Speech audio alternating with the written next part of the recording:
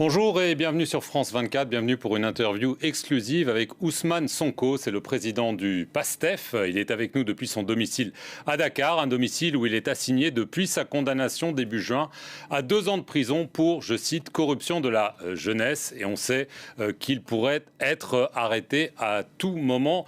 Ousmane Sonko, merci. Merci, M. Perelman. Dans son discours à la Nation, prononcé ce lundi, le président Macky Sall a renoncé à se présenter à un nouveau mandat. Est-ce que vous saluez cette décision? Je voudrais d'abord faire une précision à l'entame de mon propos, puisque certains de vos collègues, notamment du monde diplomatique, ont prétendu que je serais assigné à résidence. Je ne suis pas assigné à résidence, je suis arbitrairement détenu. Il n'y a ni décision de justice, ni décision administrative qui m'impose de rester chez moi. C'est une détention arbitraire en violation de tous mes droits. Ceci dit, je voudrais faire remarquer qu'il y a une situation atypique qui concerne l'Afrique de manière générale et le Sénégal pour cette fois-ci, où le monde entier, en tout cas beaucoup de gens ont félicité le président sortant pour avoir respecté simplement la constitution de ce pays, de son pays. C'est triste pour l'Afrique, et certains ont même parlé de l'exception sénégalaise, là où la Mauritanie, le Cap-Vert, le Ghana, le Niger, le Nigeria récemment, et beaucoup d'autres pays africains ont tendance à donner l'exemple avec des alternances démocratiques où les présidents sortants ne se représentent pas et respectent leur constitution. Il n'y a aucune exception sénégalaise en réalité. Et je crois que désormais, lorsque le président Macron aura terminé ses 2 mandats et s'en ira, il faudrait que l'ONU, tous les pays lui adressent des félicitations pour ne pas avoir brigué un 3e mandat. Ceci dit, je comprendrais cette attitude s'il s'agit simplement d'un encouragement pour lui demander de mieux faire et de continuer sur cette lancée pour apaiser définitivement ce pays. Autrement, on serait dans une infantilisation de l'Afrique qui serait encore ce mineur non émancipé où tout ce qui est ordinaire et normal dans les autres pays et les autres démocraties serait exceptionnel pour l'Afrique. Ensuite, nous considérons qu'il n'y a rien à féliciter ou à remercier, il n'y a rien d'exceptionnel, puisque le retard observé à faire cette annonce a occasionné énormément de dégâts pour le Sénégal. Si le président de la République avait, dès le début, clairement signifié, comme il l'a dit quand il nous présentait son référendum en 2016, comme il l'a dit dans son livre, et comme il l'avait dit dans beaucoup de vidéos lorsqu'il voulait briguer un second mandat, que c'était son dernier mandat et qu'il n'avait pas le droit de briguer un autre mandat, on n'en serait pas là où on en est de 2021 à maintenant avec son lot de morts, d'emprisonnement, de dégâts matériels. Les conséquences ont été immenses et énormes parce qu'en réalité, le président Macky Sall n'a pas abdiqué parce qu'il serait un démocrate. Il a abdiqué parce qu'il y a eu la pression de son peuple d'abord. Que les complots qu'il a ourdis contre ma personne ont échoué parce que le peuple sénégalais s'est dressé pour dire non. Mais il a reculé parce qu'il y a eu la pression internationale également. Il y a également toutes ces plaintes au niveau de la CPI et de différents organismes des Nations Unies. Il n'a pas reculé, il a toujours eu cette intention de briguer une 3e candidature. Il l'a toujours eu jusqu'à la dernière minute. Ousmane Sonko, quand même, vous l'avez traité de dictateur. Un dictateur, par définition, ça ne décide pas de quitter le pouvoir. Alors certes, vous dites que c'est tard, mais mieux vaut tard que jamais quand même. Je dis qu'un dictateur peut quitter le pouvoir de plusieurs manières possibles. Quand je parle de dictature, c'est par rapport aux actes qui ont été posés et qui continuent à être posés. Tenez-vous bien, hier, quelques personnes se sont mobilisées à la porte du palais de la République de manière spontanée, sans aucune autorisation, prétendument pour féliciter, remercier le président de la République. Au même moment, 17 personnes étaient placées sous mandat de dépôt parce qu'ils s'étaient déplacés vers ma résidence pour s'inquiéter de ma situation et dénoncer l'illégalité qui frappe ma détention arbitraire. Et tous les jours, nous vivons cela. Quand un président de la République recrute des milices privées et leur permet d'ouvrir le feu sur des manifestants désarmés, comment on peut appeler ça, M. Perelman? Quand un président de la République instrumentalise la justice pour s'attaquer à son opposition, à la presse, aux lanceurs d'alerte, à tous ceux qui ont une opinion dissidente, et emprisonnés à tour de bras. Aujourd'hui, on a presque 700 prisonniers politiques dans les geôles de Macky Sall. Comment vous voulez qu'on l'appelle? Si les gens pensent que la dictature, il faut attendre qu'on soit sous le régime de Ceausescu ou de la Corée du Nord, non. Pour un pays comme le Sénégal, qui a connu la démocratie, qui a grandi dans la démocratie et la liberté, ce qui s'est passé ces 10 dernières années est scandaleux et catastrophique. Jamais le Sénégal n'a connu ce niveau de violence d'État.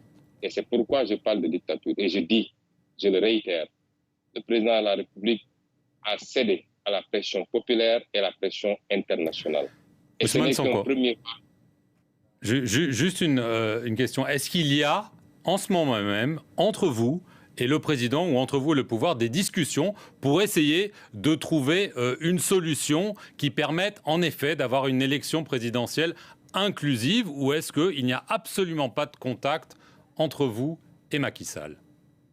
Au moment où je vous parle, il n'y a aucun contact officiel ou officieux entre moi et le président Macky Sall. Et je voudrais dire simplement que voilà un homme qui, pendant des années, s'est acharné sur ma personne et sur mon parti politique, a utilisé tous les leviers d'État, la violence policière, les milices, l'instrumentalisation de la justice, qui s'est attaqué à ma personne, à ma famille. Figurez-vous qu'il a fallu que je donne mon téléphone, mon ordinateur portable à mes enfants pour qu'on l'amène chez le voisin pour pouvoir recharger, parce que depuis hier, nous sommes confrontés à un problème d'électricité et la police refuse que l'électricien accède à mon domicile.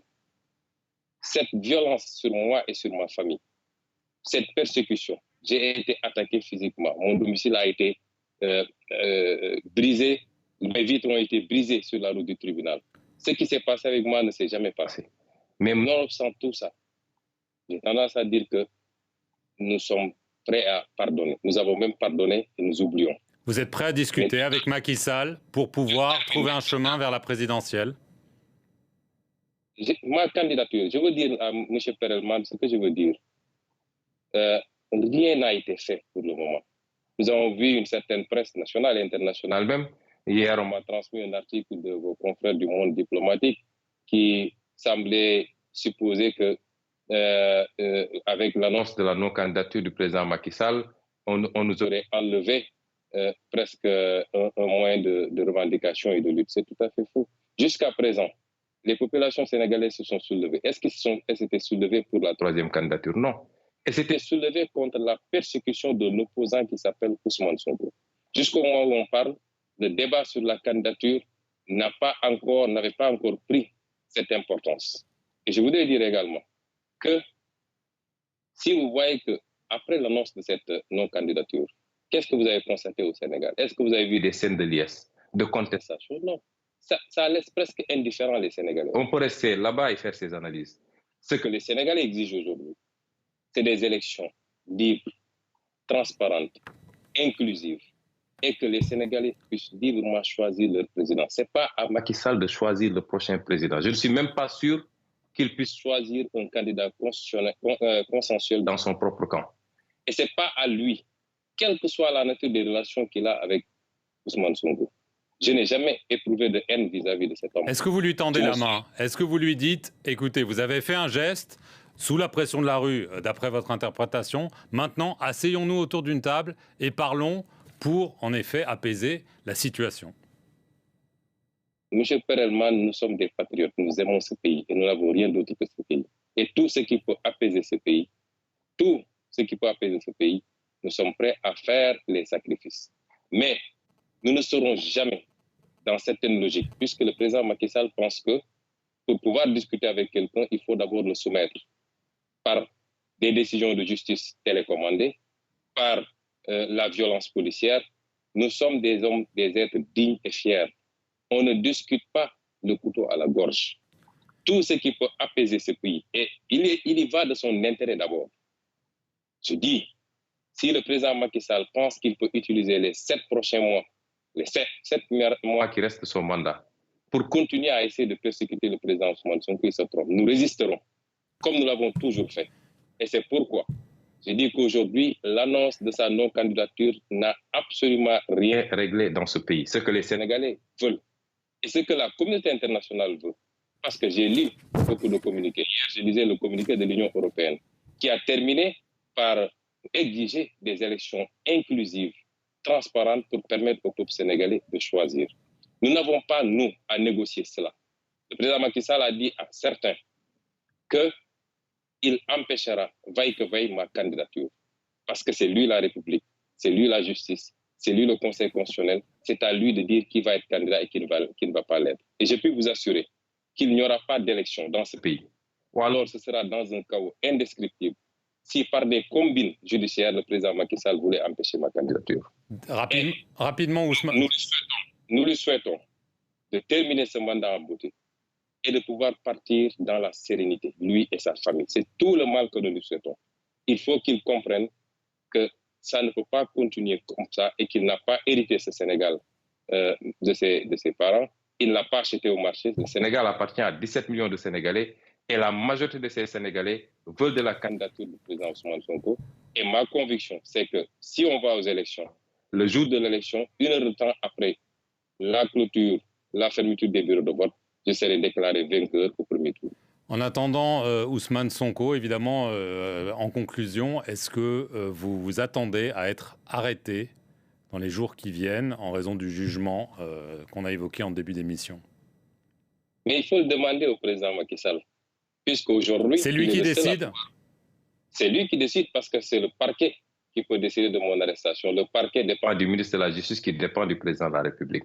Et je suis très pressé qu'ils aient le courage d'aller jusqu'au bout de leur logique.